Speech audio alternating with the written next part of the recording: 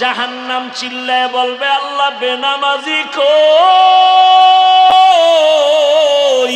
গুনাহগারগুলো আমার পেটে দাও। জাহান্নামের চিৎকারে হাসরের ময়দান থরথর করে কেঁপে উঠবে। আল্লাহ নিজেও রাগান্বিত আওয়াজ দিবেন আর বলবেন, লিমানিল মুলকুল ইয়াউম লিল্লাহিল ওয়াহিদিল কাহ্হার। আমার আল্লাহ এমন রাগান্বিত আওয়াজ দিবেন, হাসরের ময়দানটা থরথর করে কেঁপে উঠবে। রহমতের নবী বলেন, আয়েশা, হাসরের ময়দানের এত ভয়ঙ্কর হালাত, এত কঠিন অবস্থা হবে। আরে নবী বলেন, একজন মানুষের জীবনে সব নেক আমল, তবে একটা নেক আমলের টান পইরা গেছে। আল্লাহ বলে, একটা নেকের অভাবে এখন তুমি জাহান্নামে যাইবা। কয় না, একটা নেক অন্য জায়গা থেকে নিয়ে আসো। আল্লাহর রসুল বলেন, ওই বান্দাকে আল্লাহ বলবে, দেখো তোমার ছেলে মেয়েরা একটা নেক দেয়নি।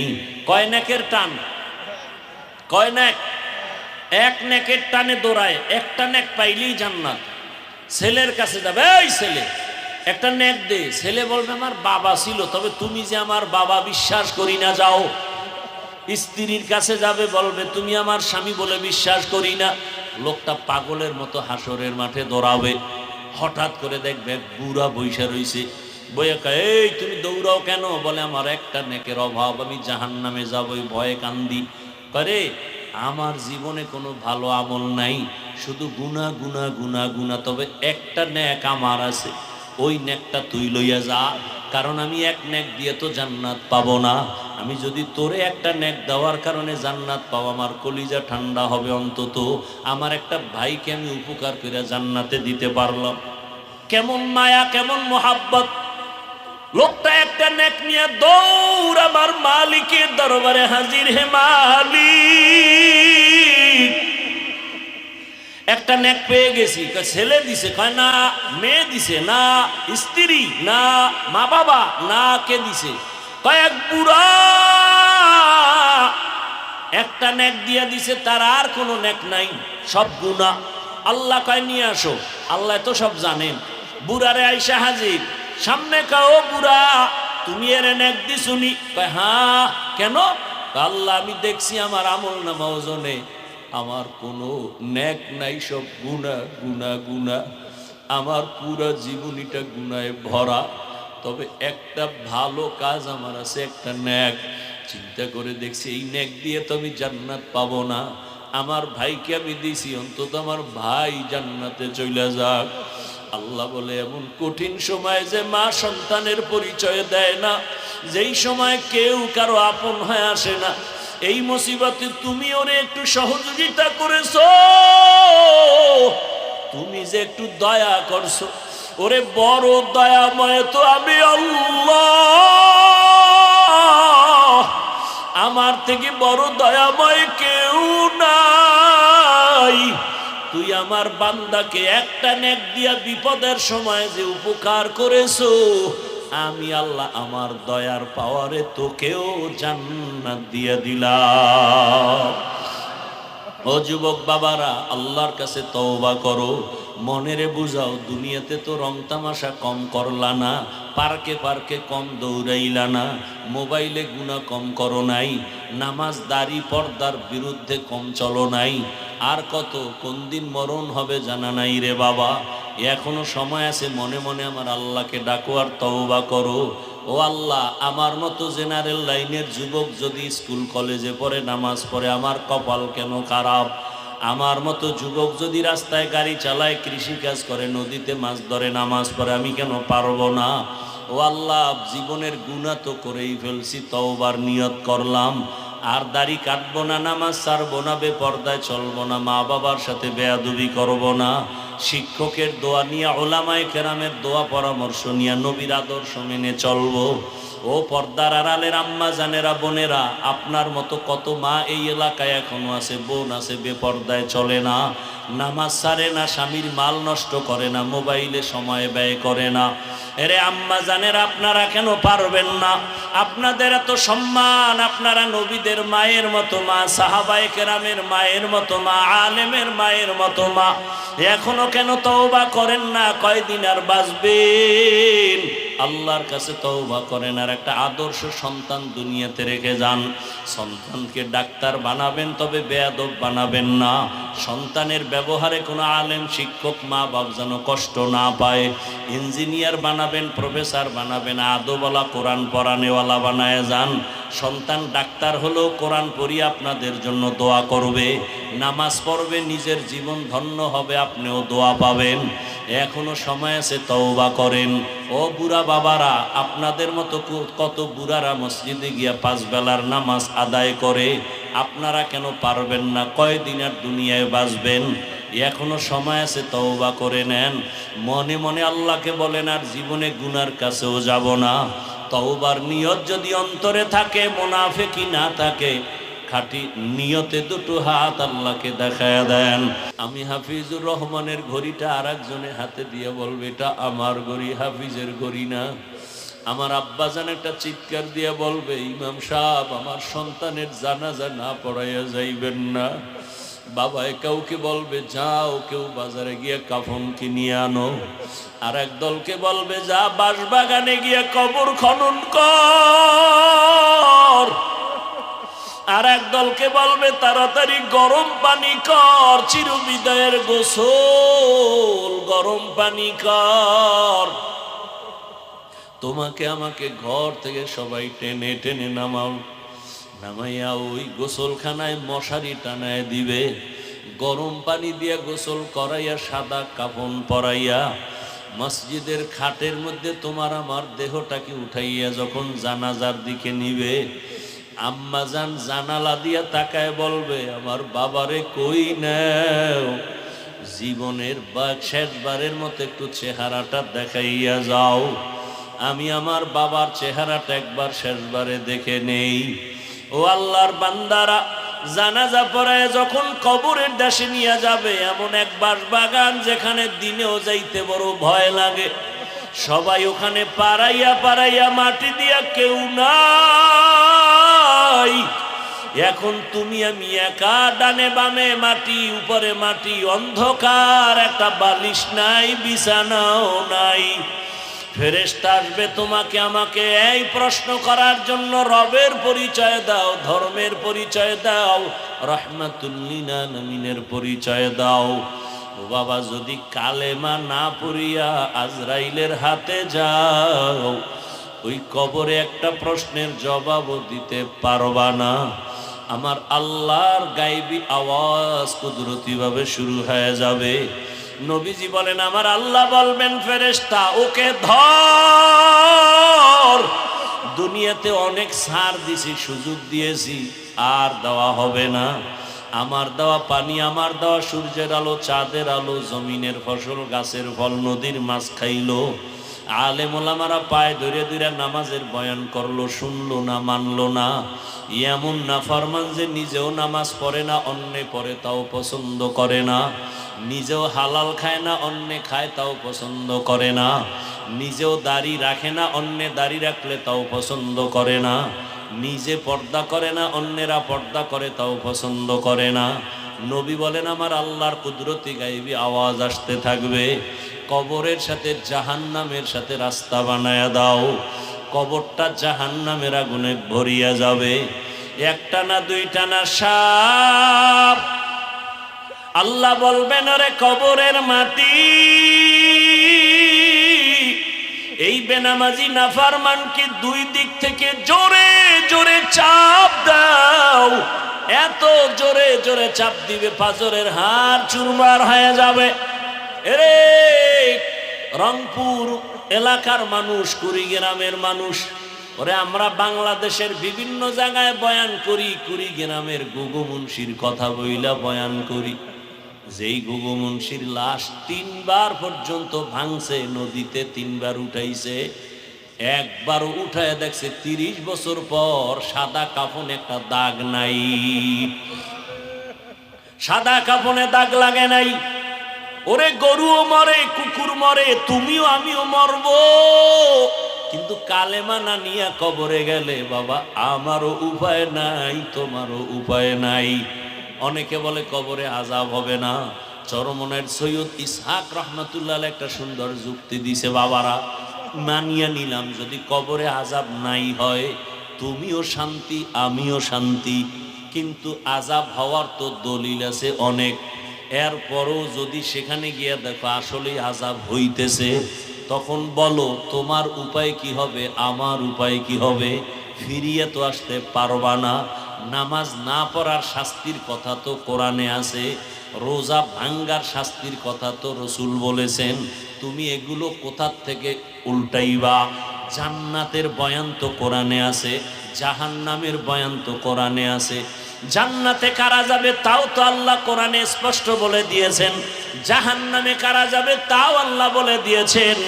জাহান্নামটা কেমন তাও আল্লাহ বয়ান করেছেন। ওয়াইলুল লিকুল্লি হুমাযাতিল লুমাযা আল্লাযী জামাআ মালান ওয়া আদ্দাদা ইয়াহসাবু আন্না মালাহু আখলাদা কাল্লা লা ইউনবাযান্না ফিল হুতামাহ ওয়া মা আদরাকা মাল হুতামাহ নারুল্লাহিল মুকাদা। জাহান্নামের আগুন এত ভয়ঙ্কর, দুনিয়ার আগুন হাতে লাগলে হাত জ্বলে পা জ্বলে না, পায়ে লাগলে পা জ্বলবে হাত জ্বলবে না। আর জাহান্নামের আগুন এত কঠিন, আল্লাহ বলেন তাত্তালিউ আলাল আফইদা। জাহান্নামের আগুন শরীরের যে কোনো জায়গায় লাগা মাত্র কলিজাটা পর্যন্ত ভুনা হয়ে যাবে। আরে কেমনে বুঝাবো? হেদায়াত না থাকলে করার কি? আবু জাহিল্লার কথা তো শুরুতেই বলছি, রসুলকে দেখছে, বয়ান শুনছে, কালেমা পড়ে নাই। আর ওমরের মতো বান্দা নবীরে জবাই করতে গিয়ে কালেমা পড়ে ফেলছে 27 বছর বয়সে। ওরে জাহান্নাম! আম্মা জান আয়েশা 6 বছরে রসুলের সাথে বিয়া হলো, 9 বছরে নবীর ঘরে গেলেন, 18 বছরের বয়সে রসুল দুনিয়ার থেকে চলে গেলেন। আম্মা জান কয় আমি একদিন দেখি আমার রুমের মধ্যে বসে রসুল গুন গুন গুন গুন করে কান্না করে। আমি আয়েশা ভয় পেয়ে গেছি, নবী না জানি আমার বেয়াদবি হয়ে গেছে। ও নবী আপনি কাঁদেন কেন? নবী বলেন আয়েশা দুইটা কথা মনে পড়লে আমি বেশি কান্না করি। এক, আমার জীবনের কষ্টের একটা সাথী ছিল খাদিজা, ওই খাদিজার কথা যখন আমার মনে পড়ে চোখের পানি ধরে রাখতে পারি না। আর একটার কারণে বেশি কাঁদি, হাসরের ময়দানের কথা যখন মনে হয়, আমার গরিব উম্মতের কি উপায় হবে সেই চিন্তায় আমি বসে বসে কান্না করি। আরে হাসরের ময়দানে সব নারী পুরুষ উলঙ্গ দাঁড়াবে, জমিনটা সূর্যের গরমে তামা হয়ে যাবে, মানুষের মাথার মগজগুলো ভাতের মারের মতো ফুটতে থাকবে। ওরে নবীরা পর্যন্ত কান্না শুরু করবেন। ওরে অন্যদিকে জাহান্নামের আওয়াজ। নবী বললেন কুল্লু উম্মতি ইয়াদখুলুনাল জান্নাতা ইল্লা মান আবা।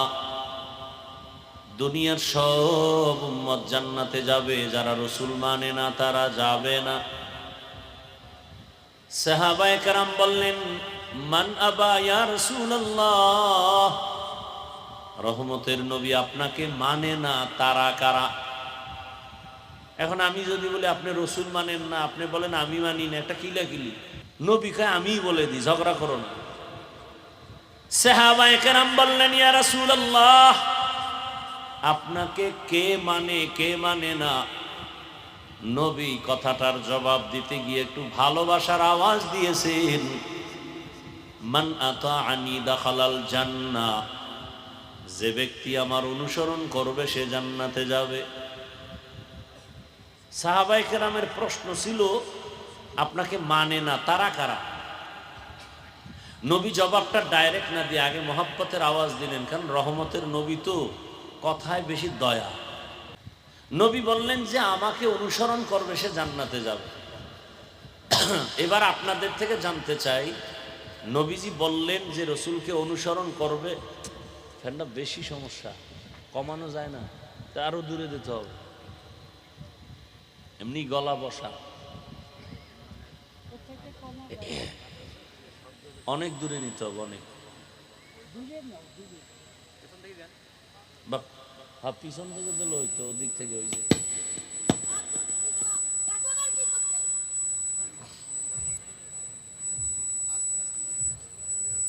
খুব খেয়াল করি।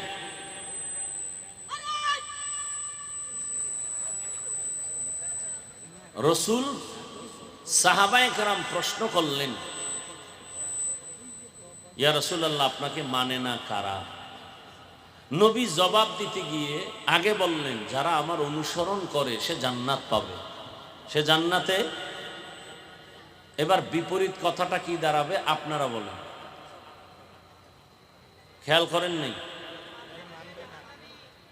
রসুলের অনুসরণ যে করবে নবী বলেন সে জান্নাতে যাবে, যে রসুলের অনুসরণ করবে না সে জান্নাতে।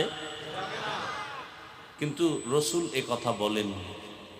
আবারও খেয়াল করে শুনেন, নবীজি বললেন যে আমার অনুসরণ করবে সে জান্নাতে যাবে, বিপরীত কথা দাঁড়ায় যে অনুসরণ করবে না সে জাহান্নামে যাবে। কিন্তু রসুল এ কথা বলেননি, যে অনুসরণ করবে না সে জাহান্নামে যাবে এ কথা নবী বলেননি। নবী কি বলছেন? মান আসানি ফাকাদ আবা, যারা আমার বিরোধিতা করবে তারা জাহান্নামে যাবে। এখান থেকে কি বুঝলাম? যারা নবীর অনুসরণের পথে নাই তারা দুই দল, একদল নবীর দরদি আর একদল বিরোধী, একদল নবীর আগ্রহী আর একদল বিদ্রোহী। যেমন একটা যুবকরে জিজ্ঞাসা করলাম ডান দিক থেকে, এই যুবক তুমি নামাজ পড়ো না কেন? খেয়াল করিয়ে যুবক বলে, হুজুর নামাজের দরকার, চেষ্টা করি পারি না, দোয়া করবেন। আরো চেষ্টা করব। কি বুঝলেন? আগ্রহী না বিদ্রোহী, দরদি না বিরোধী? বাম দিক থেকে একটা যুবকরে জিজ্ঞাসা করলাম, ভাই তুমি নামাজ পড়ো না কেন? প্রশ্নটা করা মাত্রই আমাকে বলল, না পড়লে অসুবিধে কি? এরকম বেদ্যব আছে না নাই? কি বুঝলেন ওর কথায়, আগ্রহী না বিদ্রোহী? খুব খেয়াল করিয়েন, কিন্তু খুব কঠিন কথা। দুজনেই নামাজ পড়ে না, একজন আগ্রহী আর একজন বিদ্রোহী, একজন দরদি আর একজন বিরোধী। আগ্রহী মুমিন, বিদ্রোহী বেঈমান। খুব কঠিন কথা, কিন্তু দুইজনই দাড়ি রাখে না, আগ্রহী মুমিন, বিদ্রোহী বেঈমান। দুজনই নামাজ পড়ে না, একজন মুমিন আর একজন বেঈমান। যে নামাজ না পড়িয়েও আফসুস করে পড়া দরকার সে মুমিন, তাকে গালি দেওয়া যাবে না। আর যে নামাজ বাদ দিয়া অন্তরে আগ্রহ নাই, বরং বিদ্রোহের আগুন জ্বলে, নামাজ পড়ে লাভ নাই, নামাজ পড়ার কি লাভ, না পড়লে অসুবিধা কি? এই লোকটা বেঈমান, একে ছাড় দেওয়া যাবে না।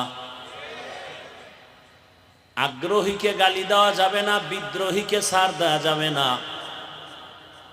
যে ব্যক্তি পর্দা করে না সে মুমিন, কারণ আগ্রহী।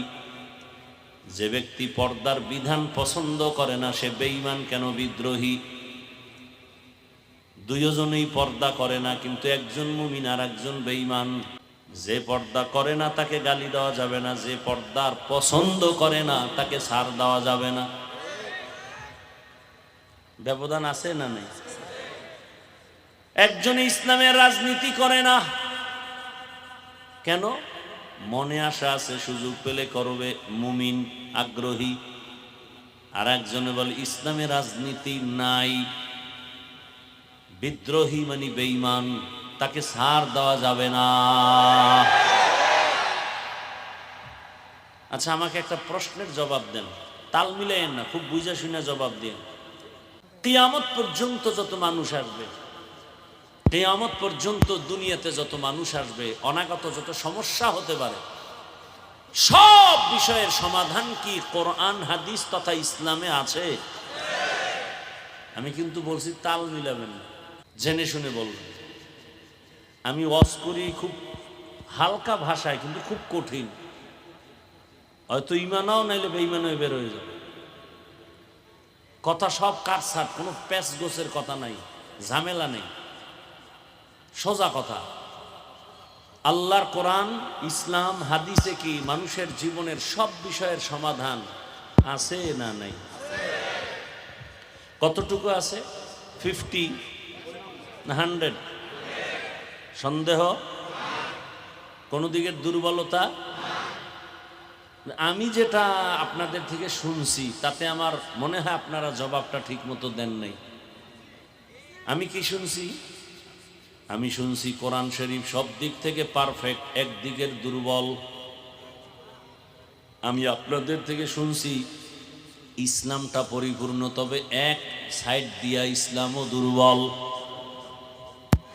কি আপনারা কি দুর্বল কোরআন মানেন? আপনারা কি দুর্বল ইসলাম মানেন?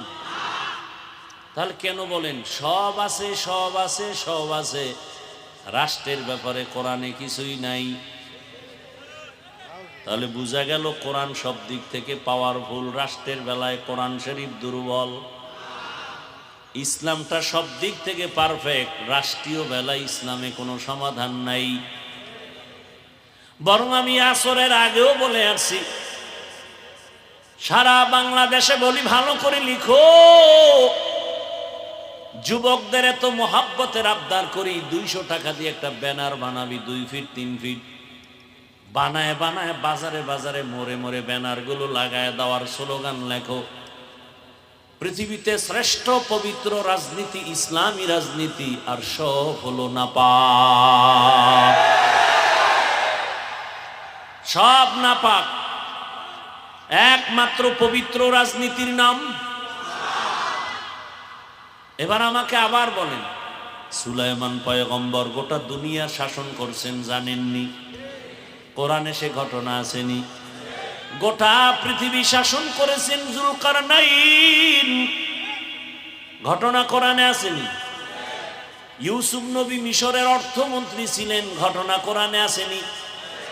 রহমতের নবী মদিনার রাষ্ট্র পরিচালনা করছেন, ঘটনা ইসলামে আসেনি?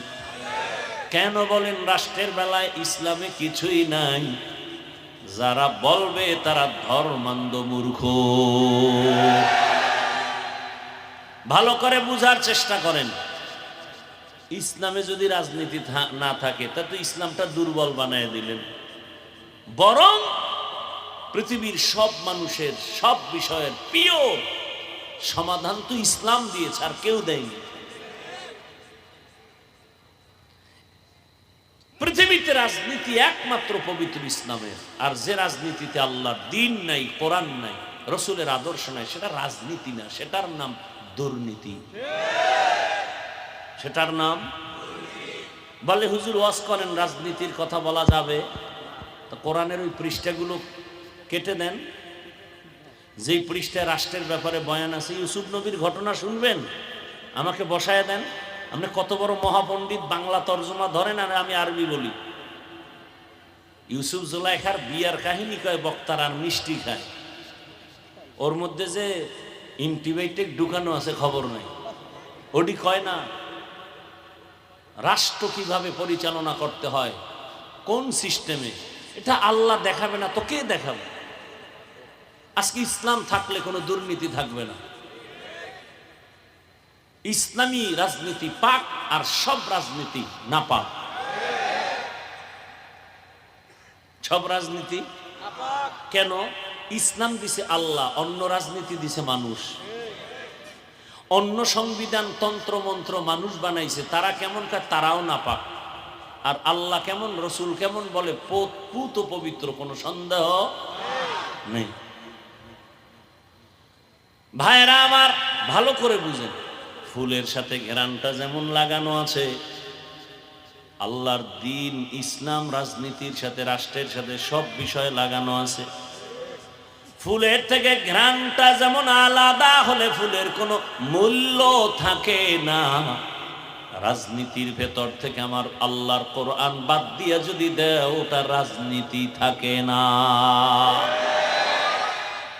তুকু যাও সুন্নাত सुन्नते अहमद कुजा बा मोहम्मद कैबुअद निस्बत तुरा मन अहब्बा सुन्नती कौले रसूल मजदाए काना माई हम कुन कबूल। রহমতের নবী বললেন যারা আমাকে মানে না তারা জান্নাত পাবে না। কথাটা এমন না, যারা আমাকে মানবে তারা জান্নাতে যাবে, যারা আমার অনুসরণ করবে না জান্নাতে যাবে না। কথাটা কিন্তু এমন না, বরং নবী বলেন যারা আমার বিরোধিতা করবে তারা আমাকে মানে না হিসাবে গণ্য হবে।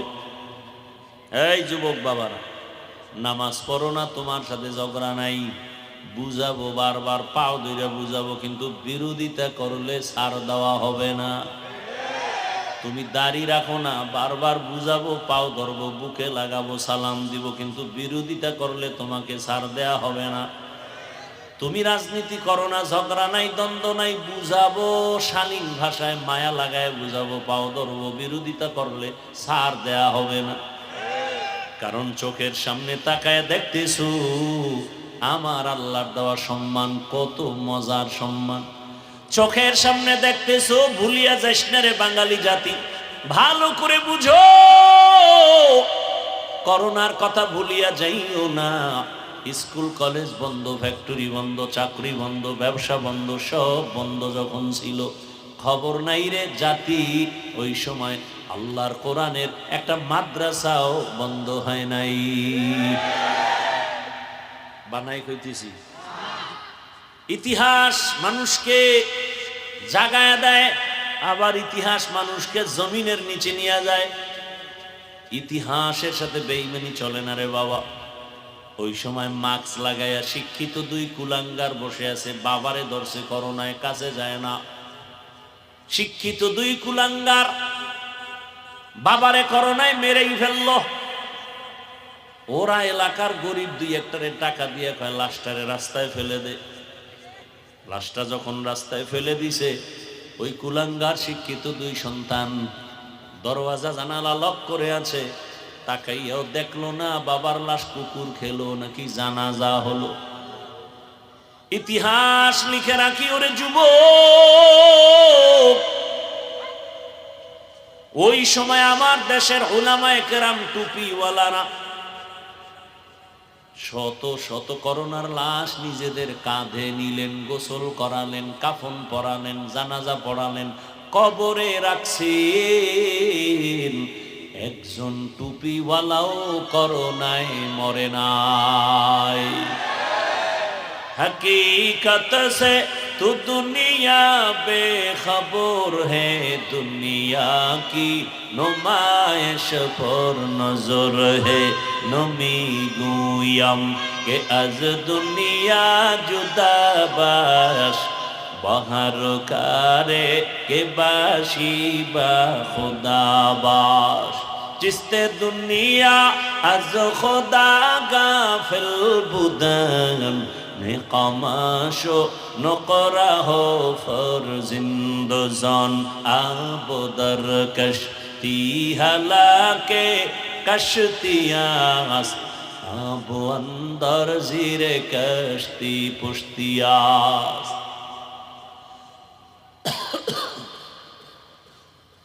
ভিতর একটা জ্বলন আছে তো,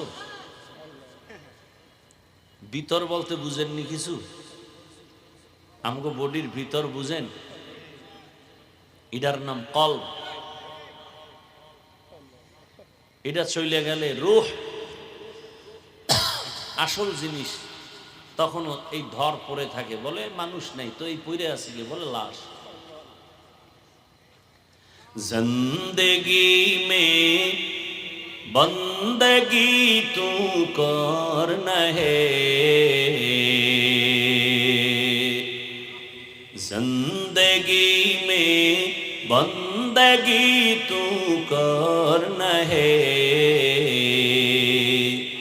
जिंदगी बे बंदगी शर्मिंदा है, जिंदगी बे बंदगी शर्मिंदा है। दुनिया में हो दुनिया का तलबगार न हो, बाजार से गुजर हो खरीदार न हो। ये दुनिया एक मिसल कागज फूल है, ये दुनिया एक मिसल कागज फूल है।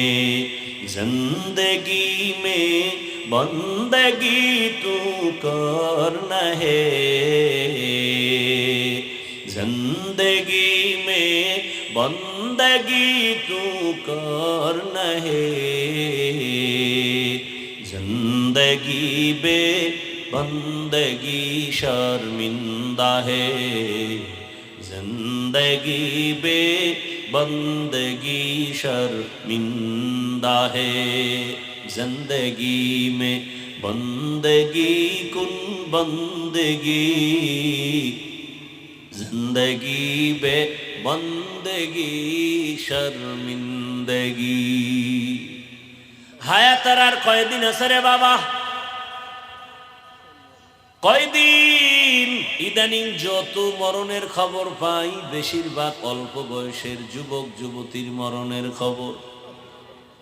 এই ফেসবুকের গোলাম বাবারা, কয়েকদিন আগে দেখছো নাকি বিদেশ থেকে টাকা আর স্বর্ণ নিয়ে আসছে বাড়িতে বেড়াবার জন্য। ঢাকা এয়ারপোর্টে নামার পরে স্ত্রী সন্তান গাড়ি নিয়ে হাজির, স্বামী বেচারা যুবক গাড়িতে বাড়িতে রওয়ানা। কাছাকাছি যাওয়ার পরে হঠাৎ গাড়ি রাস্তার পার্শ্বে পানিতে পড়ে গেল। কয়দিন আগের ঘটনা। সারা রাত আকাম করো, দেখবি কেমনে এগুলো। সারা রাত ঘরে বসে মোবাইল চালাও, আর চোখের জেনা, কানের জেনা, অন্তরের জেনা, জবানের জেনা করে করে রাত কাটাও।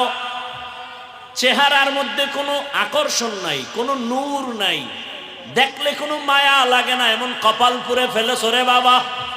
লেখাপড়া ধ্বংস করেছো, তোর জীবনটা যে কতই নষ্ট তোর খবর নাই। না জীবনে চাকরি পাবি, না জীবনে দাঁড়াতে পারবি, চরিত্রের কোনো ভালাই নাই, লেখাপড়াও নাই। এই মোবাইল মোবাইল করে মায়েরে কত গালি দিছো, এই মোবাইল মোবাইল করে শিক্ষকের সাথে কত বেয়াদবি করেছো, এই মোবাইলকে কেন্দ্র করে কত বাবার সাথে বেয়াদবি করেছো, এই মোবাইল মোবাইল করিয়া কত আপনজনের তুই দুশ্মন বানাইছো। মা যদি একটু বরদোয়া দিয়েই দেয়, খোদার কসম মরার আগে বিছানায় পড়ে যাবি, কোনো লেখাপড়াও তোর জীবনের সফলতা আসবে না, কসম আল্লাহর বলে গেল। কারণ দুইটা অন্যায় করলে শাস্তি মরার আগে হয়, রসুলের হাদিস। কয়টা অন্যায়? দুইটা অপরাধ আছে, করলেই শাস্তি মরার পরে না আগেই।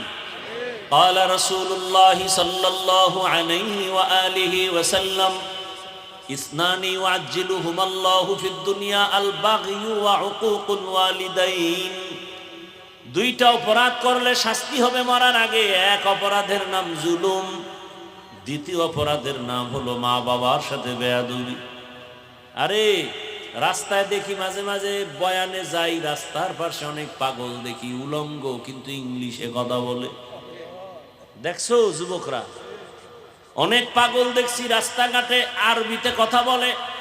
চিন্তা করলাম একা একা আসলে আরবি শিখলো কই, পাগল ইংলিশ শিখলো কই। হঠাৎ করে আমার মাথায় আসছে, না পাগল হইয়া ইংরেজি শিখে নাই, আরবি শিখে নাই, স্কুলের ভালো ছাত্র ছিল, বেয়াদবি করার কারণে পাগল হয়ে গেছে। লিকুল্লি শাইইন জিনাতুন ফিল ওয়ারা ওয়া জিনাতুল মারই তামামুল আদাবি। আজ খোদা খা হি মে তৌফিক আদব, বেআদব মাহরুম গশত আজ ফজলে রা। রসুলের হাদিসের ব্যাখ্যা শেষে এবার আয়াতে ঢুকি। ওয়ামা আরসালনাকা ইল্লা রাহমাতাল লিল আলামিন।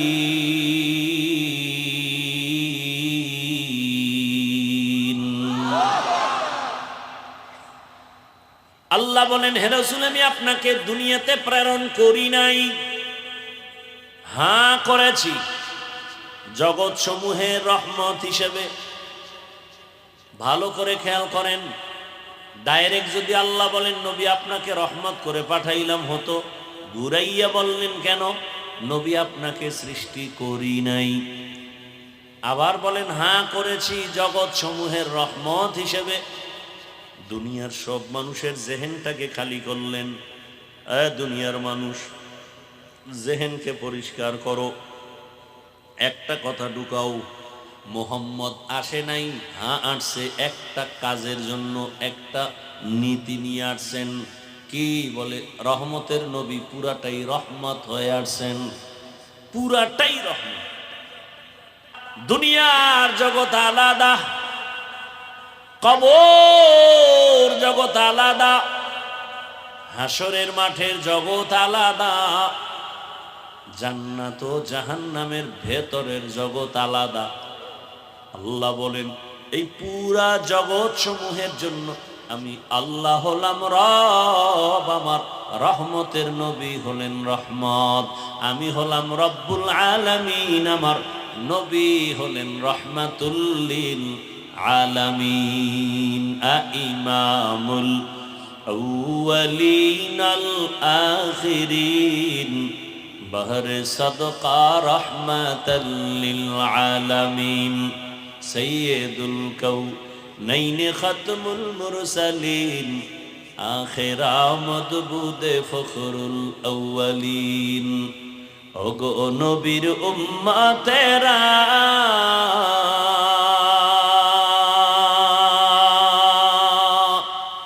হয়ে আজি দিশাহারা, কোরআন হাদিসের চলো যখন যাহা চায় মনে, নবী বিনে কে তরবে পুরসিরত মিজানে, নবী বিনে কে তরবে পুরসিরত মিজানে। উম্মতের কান্ডারি নবী,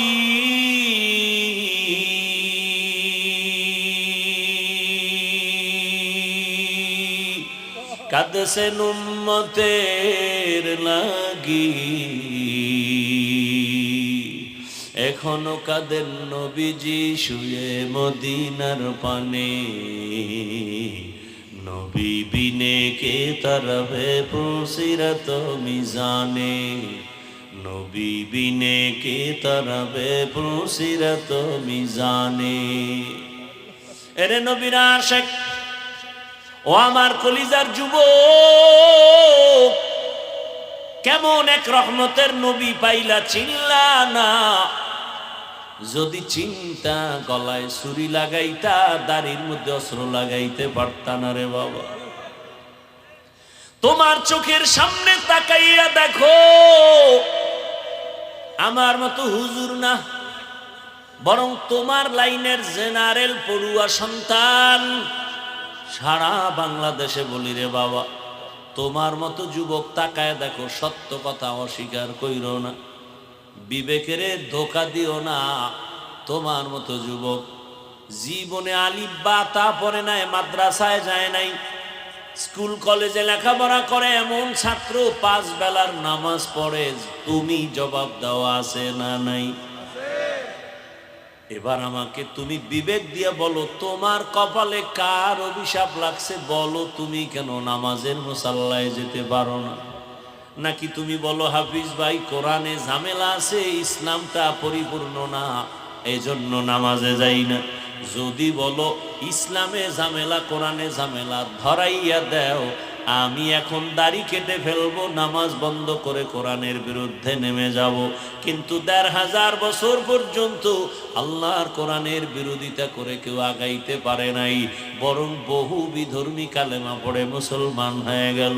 এরে আল্লাহর বান্দারা, অতএব চিন্তা করে দেখো, আমার আল্লাহর কোরআন যদি তোমার অন্তর বলে সত্য, আল্লাহর কোরআনে যত বয়ান করছেন আমার আল্লাহ, সব বয়ান সত্য, কোনো মিথ্যা।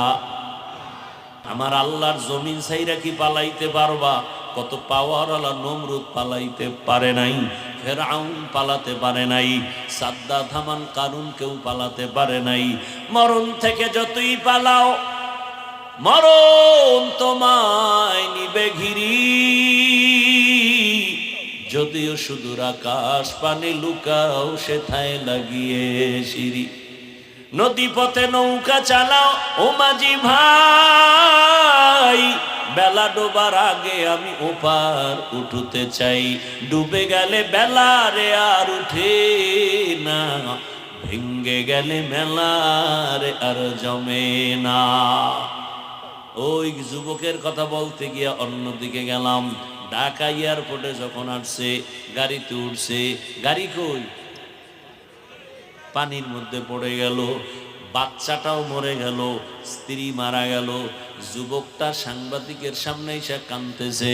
আরে মানুষ বিবাহ করিয়া সন্তান নিয়ে খাইয়া না খাইয়া এক জায়গায় থাকারও একটা আনন্দ আছে, কিন্তু আমার কপাল কেন এত খারাপ?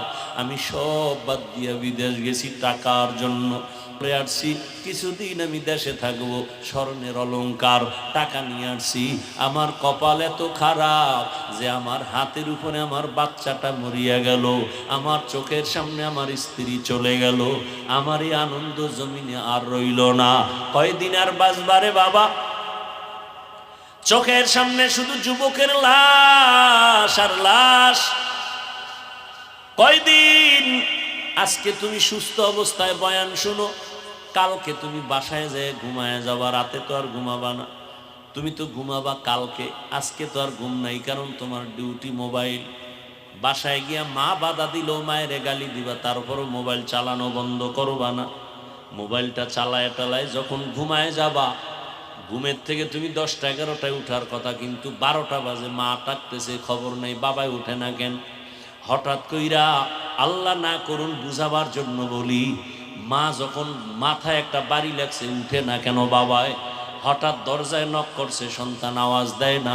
মা দরজা ধাক্কা দিয়ে ভেতরে গিয়ে দেখে বাবার শরীর একটু টাচ করছে, দেখে পুরা বডি পাথরের মতো শক্ত ঠান্ডা। একটা চিৎকার দিছে, আম্মা জান তোরা কোথায় আছো? আয়, আমার বাবাই জিন্দা নাই। আমারে মা বইলা ডাকার মতো আর কেউ নাই। এরে বাবা, ওই যে ঢাকা মাইলস্টোন স্কুলে বিমান দুর্ঘটনায় কত মানুষ আগুনে পুড়িয়া গেল, দেখছো না? একটা যুবকের ছেলে, যুবকের গায়ে আগুন লাগছে, এ নিয়ে দৌড়াচ্ছে। ওই যুবকটা কয়, আম্মু আমি তো বাঁচবো, কারণ বহু বন্ধুর উপকার করছে, কিন্তু শেষ পর্যন্ত হসপিটালে বেঁচে নাই। ওদিকে আমার এক মুসল্লি, জুমার বন্ধু মানুষ, তার বাচ্চা পড়ে স্কুলের ভিতরে। মা গেছে দুপুরবেলা আগায় আনতে, মা ঢুকছে গেট দিয়া, গিয়া রুমের মধ্যে আটকায় গেছে, বাচ্চা অন্য গেট দিয়া বের হয়ে গেছে। মা আটকাইয়া আগুনে পুড়িয়া গেছে। রাত্র 10টায় খবর আসছে মা নাই, লাশও পাওয়া যায় না। এই বাচ্চাটা ভাইকে সেই জুমায়, গত জুমায় বললাম আপনার বাচ্চাদের খবর কি? লোকটা চোখের পানি ছেড়ে কাঁদে। ওই বাচ্চাটা বলছে, মা বলি আমার ডাক দিব কাকে? আমার মা নাই। আমার সামনে চোখের পানি। লোকটা বলে, হুজুর কি বলবো? বাচ্চা আমার 3টা, 2 ছেলে 1 কন্যা। ওরে যা দেই সব কিছু দিতেছি, কিন্তু বাচ্চাগুলো কিছুই বলে না। আমি বাবা বুঝতেছি, সব পায় কিন্তু মায়েরে দেখতে পায় না। ডানেও তাকায় বামে তাকায়, মনে হয় মাকে তালাশ করে। জীবনে আর মায়ের চেহারা দেখগুলো কবুল করে নেন, তওবা কবুল করে নেন, তওবার উপরে মজবুত হইয়া চলার তৌফিক দান করেন, আমিন। আলহামদুলিল্লাহি রাব্বিল আলামিন, والصلاة والسلام على سيد الأنبياء والمرسلين وعلى آله وأصحابه أجمعين. يا أرحم الراحمين، يا أرحم الراحمين، يا أرحم الراحمين. رب ارحمهما كما ربياني صغيرا. اللهم إنك عفو كريم تحب العفو فاعف عنا. اللهم إنا نسألك رضاك والجنة ونعوذ بك من سخطك والنار. ও দয়ার মালিক, আমরা গুনার বোঝা নিয়ে আপনার দরওয়াজায় তওবার নিয়তে হাত তুলেছি। আয় আল্লাহ, জীবনে অনেক গুনাহ করে ফেলেছি। আমার গুনার খবর আমার মা বাবা আপনজন কেউ জানে না। যদি আমার গুনার খবর আমার আপনজনেরা জানতো, সম্মানের নজরে দেখতো না, আমার মা তাড়ায় দিত। আমার স্ত্রী যদি জানতো আমি গুনাহ করেছি, আমাকে তাড়ায় দিত, আমার থেকে চলে যাইতো। সন্তান যদি জানতো আমি কত বড় গুনাহগার, আমারে বাবা বলে ডাকতো না। ও আল্লাহ, আপনি কত দয়ার মালিক। আপনি জানেন আমি হাতের দ্বারা কত গুনাহ করেছি, চোখের দ্বারা কত গুনাহ করেছি, জবানের দ্বারা কত গুনাহ করেছি। ও আল্লাহ, আপনি তো জানেন, আপনি তো দেখছেন আমি অন্তরের কল্পনায় কত গুনাহ করেছি। আপনি রাগ করিয়া পানিও বন্ধ করেন নাই, বাতাস বন্ধ করেন নাই, খানাও বন্ধ করেন নাই। ও আল্লাহ, বরং আপনি বারবার ডাকেন, আয় তওবার দরজায় আয়। ও আল্লাহ, আজকে আমরা তওবার দরওয়াজায় হাজির, আর গুনাহ করব না রে আল্লাহ। গুনার কারণে দিলটা পাথর, চোখে পানিও নাই। আয় আল্লাহ, কান্নাওয়ালা চক্ষু দান করেন। ও আমার বাবাজিরা, দুনিয়ার ঘরে আগুন লাগলে পানি ছাড়া যেমন ঠান্ডা করা যায় না, জাহান্নামের আগুন গুনার কারণে জ্বলা আছে, চোখের পানি ছাড়া আগুন নিভানো যাবে না। দুই ফোঁটা চোখের পানি ছেড়ে কাঁদো,